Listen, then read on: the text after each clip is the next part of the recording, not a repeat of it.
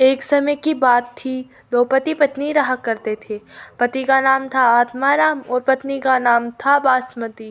वे दोनों अपना नया घर ढूंढने के लिए शहर में चल पड़े।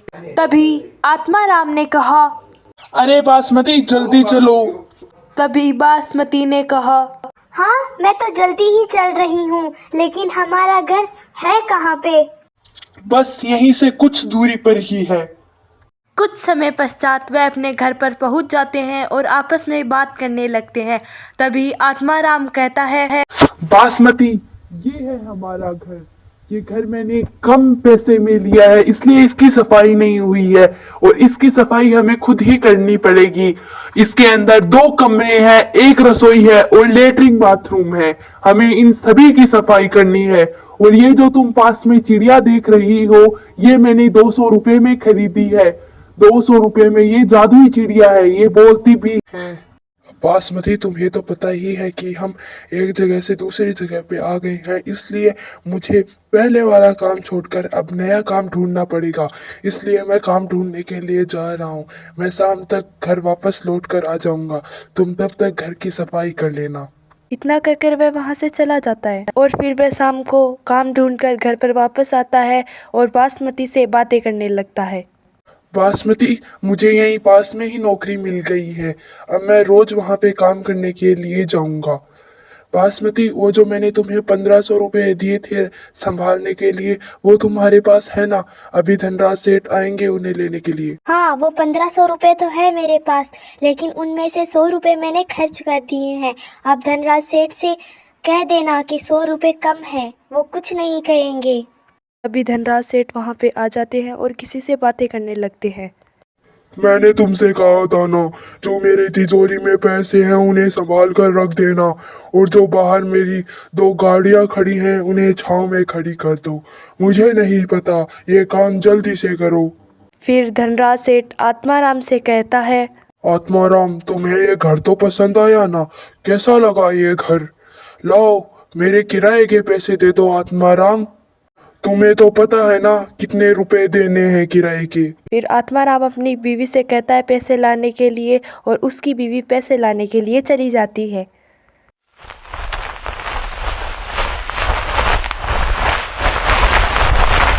और फिर वो कमरे में से पैसों का बैग लाकर आत्माराम को दे देती है और आत्माराम धनराज सेठ को दे देता है। फिर आत्माराम धनराज सेठ से कहता है, अरे धनराज सेठ, आप चाय पियेंगे या फिर जूस? तभी धनराज सेठ बोलता है, मैं चाय नहीं पीता हूँ, मेरे लिए तो आप लोग जूस ही लेकर आ जाओ। फिर आत्माराम की बीवी जूस लेकर आ जाती है और वो तीनों बातें करते करते जूस पीने लगते हैं। फिर जूस पीकर आत्माराम और धनराज सेठ वहाँ से चले जाते हैं। घर मिलने की खुशी में बासमती कूदने लगती है।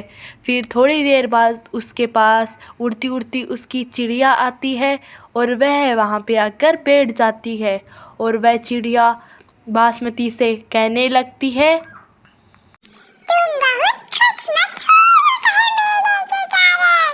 इस घर में धनराज सेठ की पत्नी की आत्मा घूम रही है। तुम तो खुश हो रही हो कि तुम्हें ये घर मिल गया है कम रुपए में, पर धनराज सेठ ने ये घर तुम्हें इसीलिए दिया है।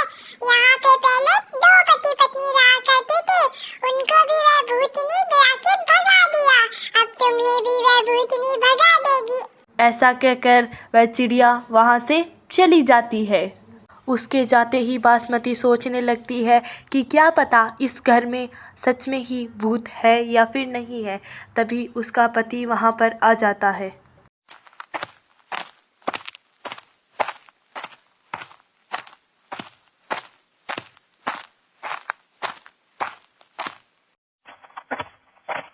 तभी बासमती आत्माराम से कहती है, आपको इस बात का पता नहीं है कि धनराज सेठ ने हमें ये घर कम रुपए में क्यों दिया है? मुझे अभी पता चला है कि इस घर में धनराज सेठ की पत्नी की आत्मा घूम रही है, इसीलिए उन्होंने हमें ये घर कम रुपए में दे दिया है। आप आसपास से पता लगाओ ना कि इस घर में धनराज सेठ की पत्नी की आत्मा है या फिर नहीं है। फिर आत्माराम बासमती को डांटता है कि यहाँ पे कुछ नहीं है और ऐसा कहकर वो अपने कमरे में चला जाता है। फिर बासमती शाम को बैठकर चाय पी रही होती है, तभी उसे किसी के चलने की आवाज़ आती है।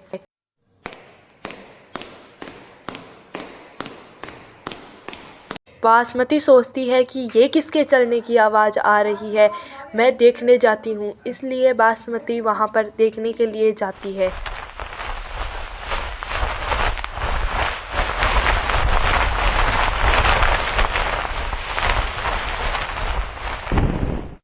फिर बासमती वहाँ जाकर चारों तरफ देखती है, लेकिन उसे वहाँ पर कोई दिखाई नहीं देता है। बासमती बहुत ज़्यादा डर जाती है और फिर वापस अपने कमरे की तरफ चली जाती है।